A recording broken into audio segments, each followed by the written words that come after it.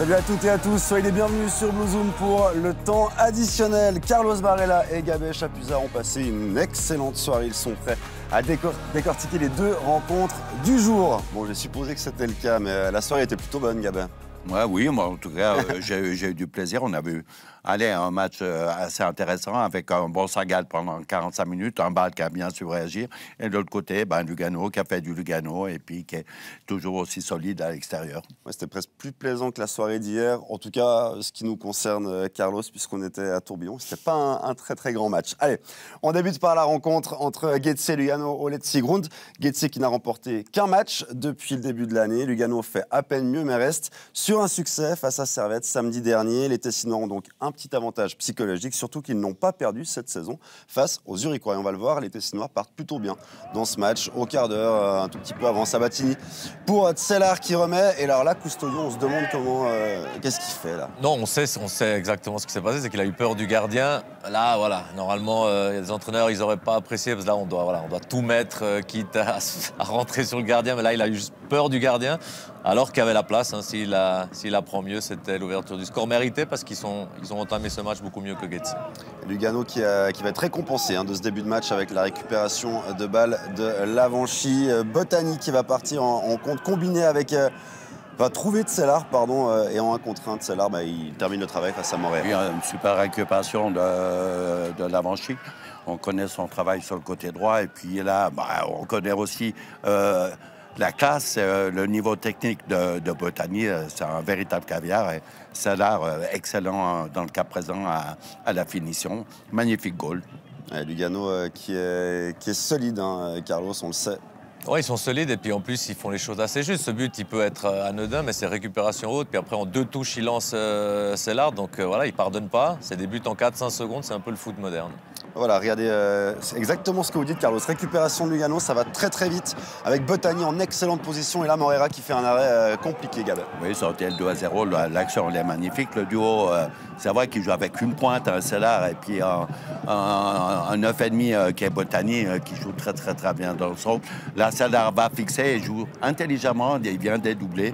Et c'est vrai, une belle frappe et puis une intervention importante. Ça a été le 2-0 avant la mi-temps. Je pense que le match aura pris déjà la bonne direction pour les Tessinois. Ouais, Lugano qui mène donc à la mi-temps et il va falloir patienter pour trouver d'autres occasions puisque Lugano va gentiment verrouiller le jeu jusqu'à quasiment l'heure de jeu et un coup franc pour Grasshopper, coup franc pour Legnani, pas spécialement bien tiré mais le ballon lui revient et il tente sa chance.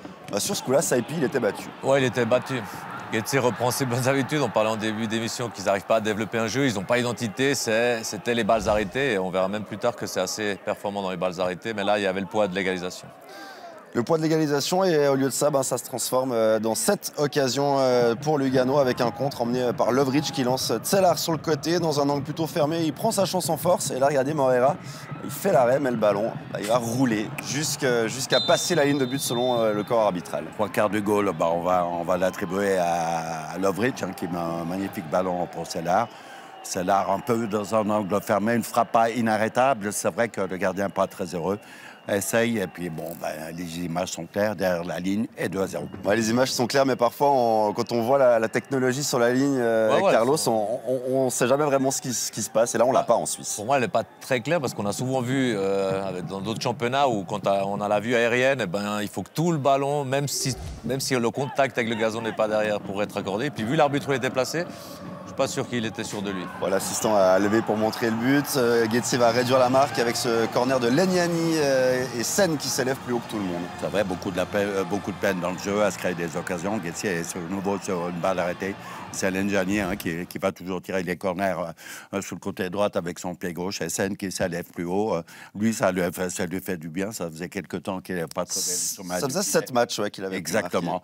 Et puis là, il a relancé un petit peu les intérêts zurichois, mais malheureusement sans aucune chance. Et puis voilà, une nouvelle défaite de Getse qui a un début d'année 2002 compliqué. Un Gabé qui conclut pour moi, en effet. Getse qui s'incline 2-1 face à Lugano dans ce match. Il n'y aura plus rien à vous montrer.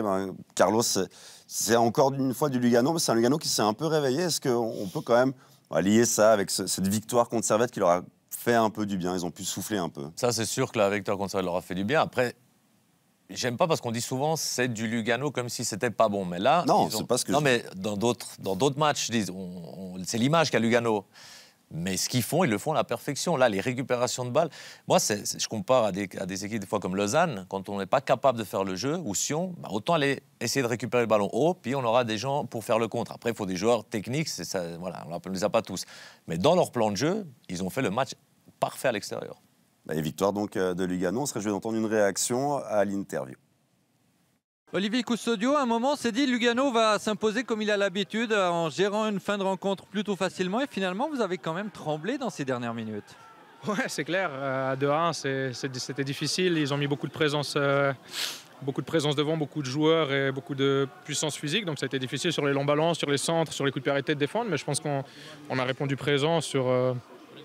Deuxième mi-temps, je pense que c'est vraiment la seule vraie grosse occasion où ils touchent le ballon sur un corner et ils marquent. Mais voilà, on a quand même bien tenu et voilà, on est heureux de prendre les 3 points aujourd'hui. Et globalement, notamment une très très bonne première mi-temps. Qu'est-ce qui a changé par la suite ?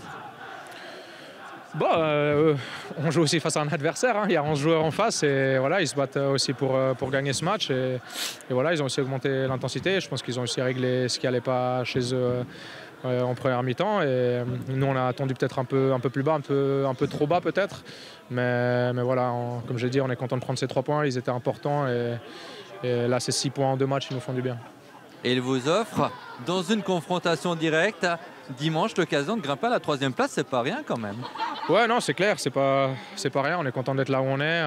On sait qu'on n'y est pas par hasard, mais on veut continuer. On prend match après match. La soir, on va essayer de bien récupérer, de bien se reposer pour arriver prêt dimanche. 6 points en 2 matchs pour Lugano. On pensait que la lutte pour le podium était terminée pour les Tessinois. C'est pas le cas, Gabin.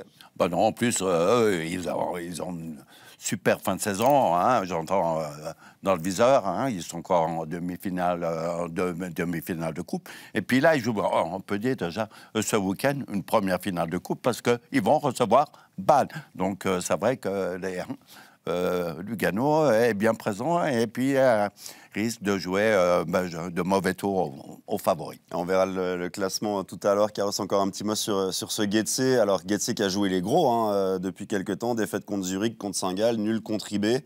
Là, c'est défaite contre Lugano. Il y a quand même une certaine stagnation. Ah oui, puis je l'ai dit clairement avant le match, ils sont en phase descendante. Ils ont perdu cette rigueur qu'ils avaient en voulant faire du jeu. Ils ne sont pas capables de faire du jeu. C'est peut-être, ils payent pour moi leur gestion avec ces joueurs toujours nouveaux, en prêt. Et pour revenir sur Lugano, il faut faire attention, une fois, ils étaient aussi en position d'avoir le podium et ils ont un problème avec les contrats pas prolongés. Souvent, c'est un peu d'année en année. Il y a des joueurs, ils veulent être sûrs de leur avenir, sinon ça baisse un peu. Ils avaient offert, je crois, l'Europe à Servette alors qu'ils avaient des points d'avance. Voilà, ça va être de la gestion aussi dans les bureaux, c'est pour les 2 clubs. Et des contrats qui ne sont pas renouvelés, il y en a beaucoup au Tessin. Allez, l'autre affiche de la soirée, vous voyez, Bâle et Saint-Gall s'affronter. Un joli duel sur le papier, surtout que Bâle avait des choses à se faire pardonner après leur défaite dans le Classiqueur et que Saint-Gall était l'équipe en forme de cette année 2022. Et ça s'est confirmé pour les Brodeurs qui sont partis très très fort dans ce match au Parc Saint-Jacques avec 2 buts, coup sur coup, 20e minute. Thomas qui va trouver une super passe vers Doua, Lindner qui repoussera devant lui et Guy Monod qui va pouvoir ouvrir le score, Carlos. Ouais, c'est à l'image d'un Lugano de ce qu'on vient de voir. Saint-Gall a fait un super début de match, récupération haute. On savait qu'ils allaient faire ça, mais on ne pensait pas que ça allait surprendre Bâle. Et après, voilà, là, il faut quand même, il y a de la technique. Moi, parler de la défense, elle pouvait mieux faire. La passe de Thomas, elle est extraordinaire. Et on verra même dans le 2e but qu'il y a de la technique. Dans ces coups-là, ils les ont vraiment joués à la perfection. Ouais, 2 minutes plus tard, Saint-Gall qui va doubler la mise. Nouveau jeu très vertical des Saint-Gallois. Guy Monod qui va pouvoir, vous allez le voir tout à l'heure, centrer pour Doua qui bat Lindner. Gabet, début de match parfait de Saint-Gall. Ah oui, surtout 2 goals en 20 minutes. Et là, déboulé de Guy Monod qui met un ballon parfait pour Doua au 2e poteau. La défense, difficile, c'est difficile pour les défenseurs quand vous courez contre votre goal. Là, on voit c'est Fabian Frey en retard, Pavlovic sans surprise en retard. Et puis, Lindner a fait ce qu'il a pu. Mais enfin bref, le Dua était là à la conclusion. 2-0 à ce moment du match, totalement mérité. On voit une réaction baloise, on a surtout une réaction des supporters que vous voyez là, très en colère à la mi-temps, à la sortie des joueurs. Il y a beaucoup de tension autour du FC Bâle. Carlos, on en a parlé à la mi-temps, on en a parlé en avant-match, mais voilà, c'est vrai qu'il y a cette instabilité, on ne comprend pas très bien ce que font les dirigeants, on prolonge Ramène, on le remplace par Abascal ensuite, c'est pas très clair. Non, et puis la colère, elle est là. Alors voilà, on va pas dire que c'est bien ce qu'ils font, mais ça va. Ça n'a pas été très grave ce qu'ils ont fait. En tout cas, ils ont montré leur mécontentement. Est-ce que ça a apporté des fruits? On verra maintenant, mais c'est vrai qu'à Bâle, le public est chaud. Et puis, c'est pas contre les joueurs, c'est vraiment contre cette gestion qui ils savent pas où ils vont en fait. Ouais, le FC Bâle qui a besoin de résultats, évidemment, puisque c'est un des tout grands clubs du pays. Et puis cette défaite contre Zurich, je l'ai dit, qui a peut-être un peu plus pesé sur le moral des supporters. Deuxième mi-temps, réaction bâloise, on l'attendait cette fois-ci sur le terrain. Et on l'a eu avec Katterbach, côté gauche, qui va trouver Tchaloff pour une frappe en pivot. Ziggy attentif au premier poteau, Gabin. Oui, donc on a vu un Bâle mieux disposé offensivement, qui a joué beaucoup plus haut et surtout en profiter, je ne veux pas dire de la passivité, mais disons du repli trop défensif de Sangal pour tout de suite se mettre en action. C'est vrai, là, Ndoye a réclamé une faute alors que Ziggy, non, il n'y avait absolument rien du tout. Un premier avertissement sans frais suivi de cette opportunité avec Ndoye face à deux adversaires, dont Schmitt qui se fait complètement manger. Et puis Ndoye va trouver Tchaloff dans les 5 mètres, but de la poitrine du Russe. Ouais, alors moi j'adore les joueurs qui tentent, même si ça passe pas, les 1 contre 1, mais là c'est 1 contre 2. Et c'est ce qui me dérange, alors, pour parler défensivement, c'est que normalement, même en 1 contre 1, on essaye de lui fermer l'intérieur, en tout cas pas à sa droite, pour l'amener vers l'intérieur. Là ils sont 2, il n'y en a pas un. En fait, c'est le duo qui ne fonctionne pas, parce que là, à 2 contre 1, on a bien fait, on est en surnombre. Et là, Schmitt, il est face au joueur, il n'est même pas un peu orienté pour l'attirer d'un côté ou de l'autre. C'est super mal défendu. Après, l'audace de tenter, on y a cru que c'était pour rien, après le centre, et Tchaloff montre quand même que dans la position, c'est un bon numéro 9. Ouais, réaction bâloise, Gabin. C'est vrai que Schmitt, je ne sais pas qui était l'autre Zurichois, ils ont joué comme des juniors. C'est vrai qu'un doit aller au marquage de Ndoye et l'autre le couvrir, c'est vrai. Bon, Ndoye, il est pote avec Schmitt, ils ont joué ensemble à Lausanne, donc peut-être qu'il lui a dit « Allez, je te donne la possibilité. » Et non, je plaisantais. Là, une grave erreur, une erreur de jeunesse, de naïveté défensive. Je suis content que vous précisiez que vous plaisantiez, Gabin. Non, je ne pense pas que Schmitt a laissé passer Ndoye parce qu'ils se connaissent. Réaction quand même Saint-Galloise à la suite et on va voir de nombreuses actions Saint-Galloises directement après le but. Doua qui trouve Ruiz Lindner qui va garder son équipe dans le match là au premier poteau, Carlos. Oui, c'est assez Doua qui a fait du mal à Bâle avec des courses dans le dos. Là, c'est Ruiz sans fermer, mais il y a eu des occasions pour tuer ce match. Dont peut-être celle-ci qui est selon nous la plus grosse avec encore une fois Doua qui va déborder sur le côté, trouver Guimeno qui est dans une position idéale. Que dire, Gabin? Que Doua a fait tout juste, ce Doua qui est méconnaissable, qui a mis 5 ans pour trouver un club et enfin de jouer à son niveau. Sa vitesse, ça fait parler de sa puissance et surtout sa lucidité magnifique par sa rentrée. Et puis là, je suis fâché contre Guimeno parce que c'est absolument immanquable. C'était le 3-1, certainement, la fin du match. Et Doua encore, décidément, il s'est énormément illustré le Saint-Gallois sur cette jolie combinaison et puis la frappe qui va trouver la gourde de Lindner et pas le petit filet. Ouais, Doua était en jambes, il a fait du mal avec les courses, on connaît son tir. Là, de nouveau, il y avait le moyen de tuer le match. C'est pour ça que quand vous me demandez qui c'est qui peut être déçu, là, on voit bien que c'est Saint-Gall, même en étant plus bas, parce qu'on ne choisit pas d'être plus bas, il y a un adversaire en face. Il y avait la place pour mettre le 3, même le 4. Oui, comme l'a dit Custodio, il ne faut pas oublier qu'il y a des fois 11 joueurs en face. Et on connaît ce scénario, des occasions pour une équipe. Qu'est-ce qui se passe? De l'autre côté, il y a le FC Bâle et son efficacité. 83e minute. Lang qui est entré, qui va éliminer Souter sur le côté un peu facilement. Le centre devant le but et qui on retrouve Tchaloff qui met son doublé, Gabin. Oui, Souter qui était rentré en jeu. Plein de jeunesse, mais une grave erreur là. Et puis bon, Lang, professionnel, on connaît sa qualité sur le côté droit. Il met le centre parfait. Puis il y a Tchaloff, en vrai centre avant, coupe au premier poteau. Jolie déviation. Non, c'est vrai, un goal de classe, un goal de vrai attaquant. Mais enfin bref, un peu contre le cours du jeu. Autant le premier but de Balois, voilà, il y a cette erreur de Schmitt. Autant sur ce coup-là, c'est presque indéfendable. Ce qui fait de Chalov, cette course au premier poteau. Ah ouais, le centre, c'est ce que Bâle s'est entêté à passer dans l'axe. Là, il y a l'angle qui rentre. C'est clair, c'est propre. Il faut la mettre là. Après, c'est quand même un but d'un attaquant parce qu'on voit qu'il fait un appel au deuxième poteau pour surprendre après au premier poteau.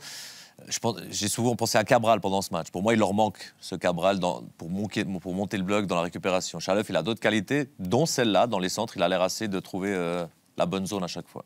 Bon bah le FC Bâle qui a retrouvé de l'allant, mais c'est seulement en deuxième mi-temps. Il y a eu cette réaction, Gabet, on l'attendait. Mais au final, Bâle, c'est 2 victoires en 9 matchs. Non, petit bilan, c'est vrai. Du reste, on n'a qu'à avoir la colère des spectateurs et surtout la déception. Et là, ils reviennent d'une façon miraculeuse. C'est vrai que, personnellement, à la mi-temps, à 2-0, j'aurais pas mis une pièce de 5 francs sur un retour balois. Saint-Gall a été un petit peu puni par sa passivité. Et puis, on dira quand même que Bâle a monté du caractère et un petit peu de qualité en deuxième mi-temps. Et c'est chanceux, mais pas forcément volé. Ça tombe bien parce qu'à l'interview, on a un joueur qui a joué uniquement la deuxième mi-temps, Paytim Kazami. Avec Paytim Kazami, waouh, quelle deuxième mi-temps proposée par le FC Bâle. C'est le FC Bâle qui nous manque, c'est celui que vous voulez retrouver aussi. Oui, je suis d'accord. On savait première mi-temps, c'était vraiment... on était déçus dehors, regardez cette performance. Après, on était obligé à faire une réaction après les supporters qui s'étaient tout le monde fâché. On ne peut pas se présenter dans notre stade dans cette manière. Paytim Kazami est entré. Alors je sais, c'est pas seulement vous, mais vous avez amené beaucoup de verticalité. C'est aussi ce qui vous a été demandé à la mi-temps, jouer plus rapidement en direction du but de Ziggy. Écoute, on perdait 2-0. La seule chose qu'on pouvait faire, c'est avec le power, avec la détermination. Et on a tout essayé pour essayer de marquer ce but. Après le supporter, on avait beaucoup l'énergie. Et je pense, j'étais content à la fin quand même qu'on a fait un point parce qu'on pouvait aussi perdre. Mais à la fin aussi, si on avait petite chance, on pouvait aussi gagner ce match. Mais ça ne suffit pas 45 minutes dans le football, jouer dans cette manière. On doit jouer avec une intensité 90 minutes plus avec les supplémentaires de minutes.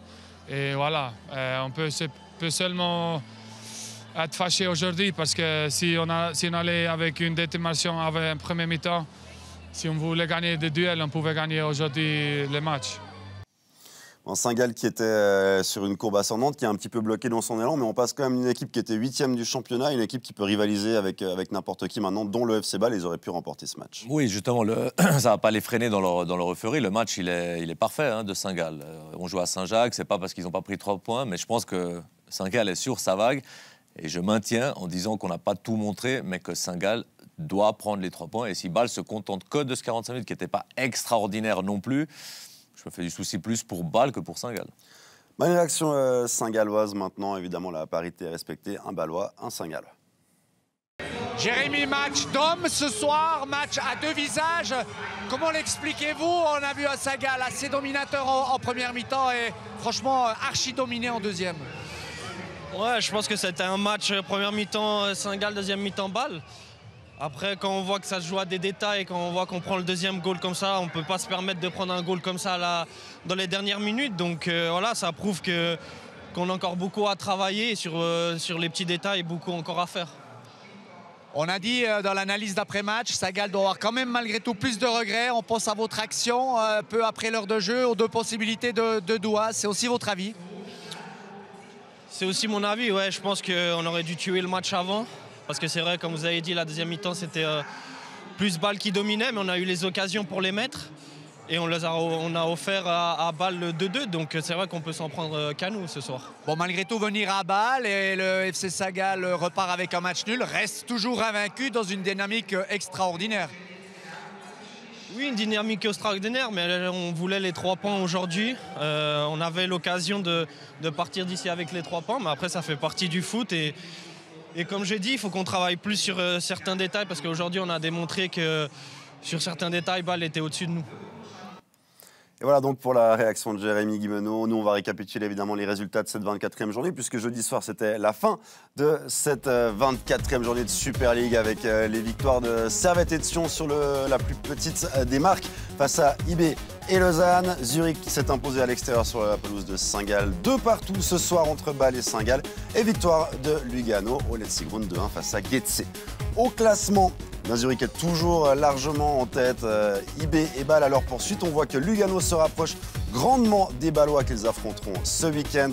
Servette passe devant Saint-Gall. Sion passe Getse définitivement cette fois-ci. Et puis Lucerne et Lausanne qui ferment toujours la marche.